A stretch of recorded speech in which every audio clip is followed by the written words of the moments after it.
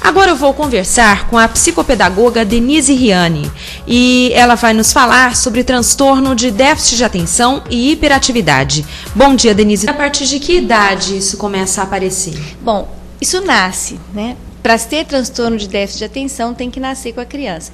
Mas esses sintomas vão aparecendo com o decorrer do desenvolvimento da criança. Normalmente se percebe mais quando a criança entra na escola, porque na escola ela tem que ficar sentada, ela tem que ficar mais tempo parada, exige-se mais concentração, e aí normalmente é nessa época que os professores percebem e chamam os pais para poderem tomar uma providência. O que a gente ouve, né, de leigos, claro, que o transtorno tem a ver com o QI, com o coeficiente de inteligência. Isso é verdade ou não?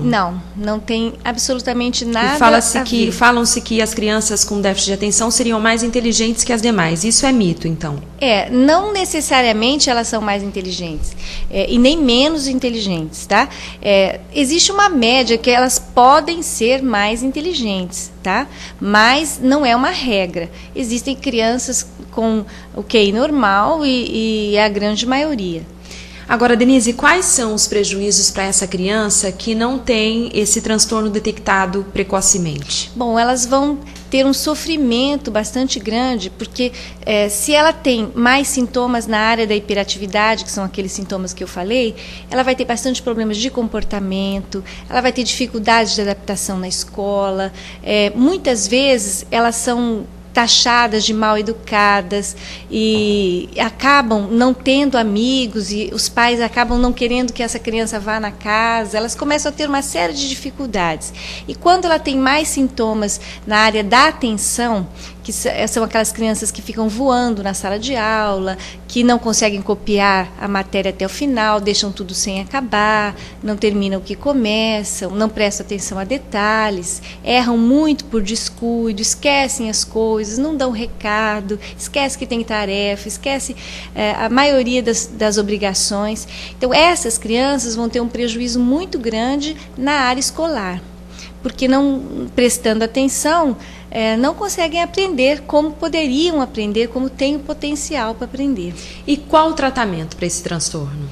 Bem, esse tratamento pode ser feito pelo médico, que aí o médico faz uma avaliação da criança e ele é que vai dizer se deve ou não tomar alguma medicação para esse tipo de transtorno. E também pode ser feito através de terapias, ou pelo psicólogo, quando existe um comprometimento da área emocional e da área comportamental, pelo psicopedagogo, quando há um comprometimento na área escolar, e pelo fonoaudiólogo, quando há comprometimento na área da fala e da linguagem.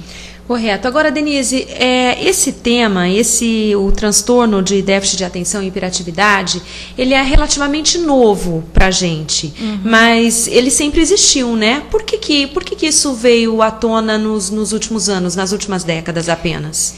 Bom, ele é um transtorno bastante estudado, já se tem notícia dele desde o final do século XIX. Mas, neste formato que nós estamos vendo agora, com esse nome de transtorno de déficit de atenção, que é o TDAH, esse formato foi feito a partir do Manual de Diagnóstico Internacional, que é o DSM-4, a partir de 94.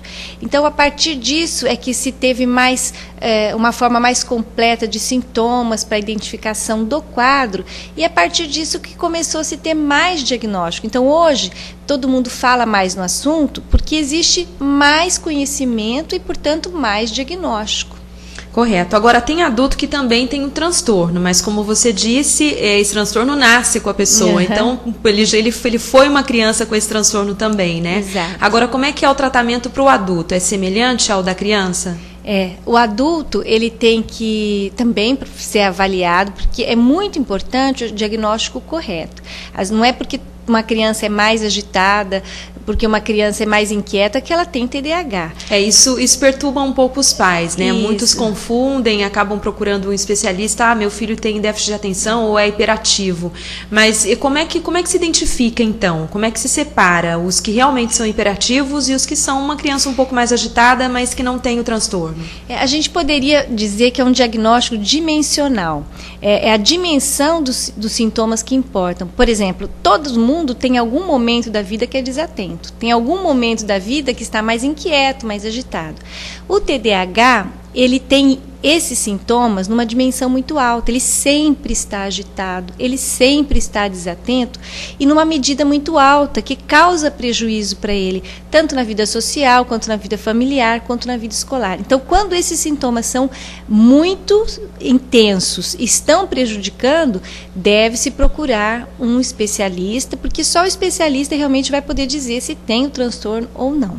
Então, isso vai depender muito também da sensibilidade da própria família, né? Claro. É importante que, se houver uma dúvida, é melhor procurar para esclarecer do que ficar com a dúvida e demorar para fazer o tratamento. Porque quanto mais cedo existir uma intervenção, mais chances tem de se ter sucesso no tratamento.